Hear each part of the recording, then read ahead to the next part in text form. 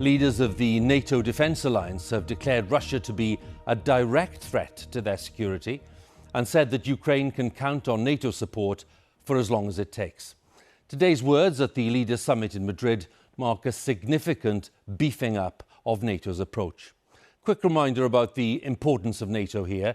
The North Atlantic Treaty Organisation, it's a military alliance between 30 member states, coloured in red here, plus of course North America. Founded in 1949, the members all agree to defend each other against any attacks by third parties. I said 30, well, NATO is now on track to comprise 32 countries because significantly Finland and Sweden, two previously neutral countries, have been cleared for membership, and Russia is very unhappy about that. The United States has announced that more troops and planes and ships will be based in Europe to strengthen the NATO alliance. President Biden said this was because President Putin had shattered the peace with Russia's invasion of Ukraine. Our political editor, Chris Mason, reports now from Madrid. Prime Minister of the United Kingdom. One after another they arrived, Of the Netherlands. the leaders of the world's largest military defence alliance, marking the moment it is getting bigger.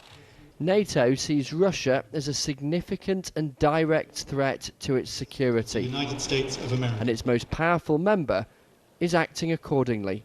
NATO is strong, united, and the steps we're taking during this summit are going to further augment our collective strength.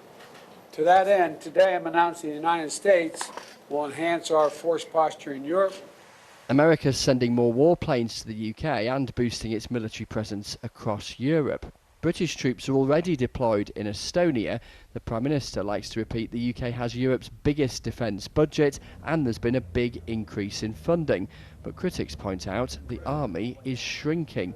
And remember, Ukraine is not in NATO, and so support for it is more indirect. And in the view of this Ukrainian MP here, nowhere near enough.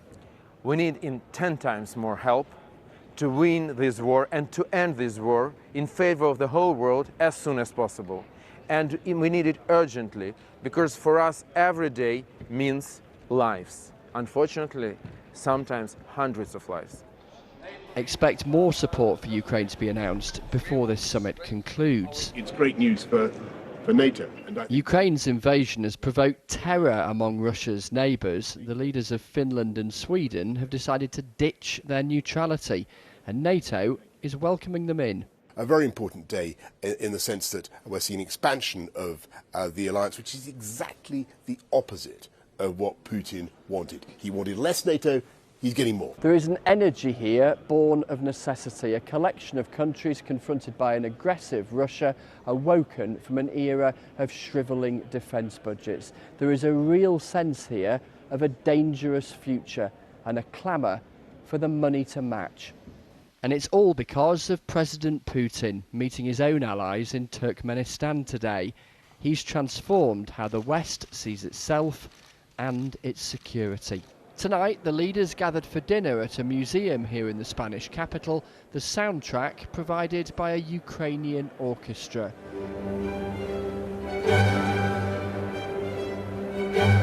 The war has changed the picture of how the West sees itself and its security. Chris Mason, BBC News, at the NATO summit in Madrid.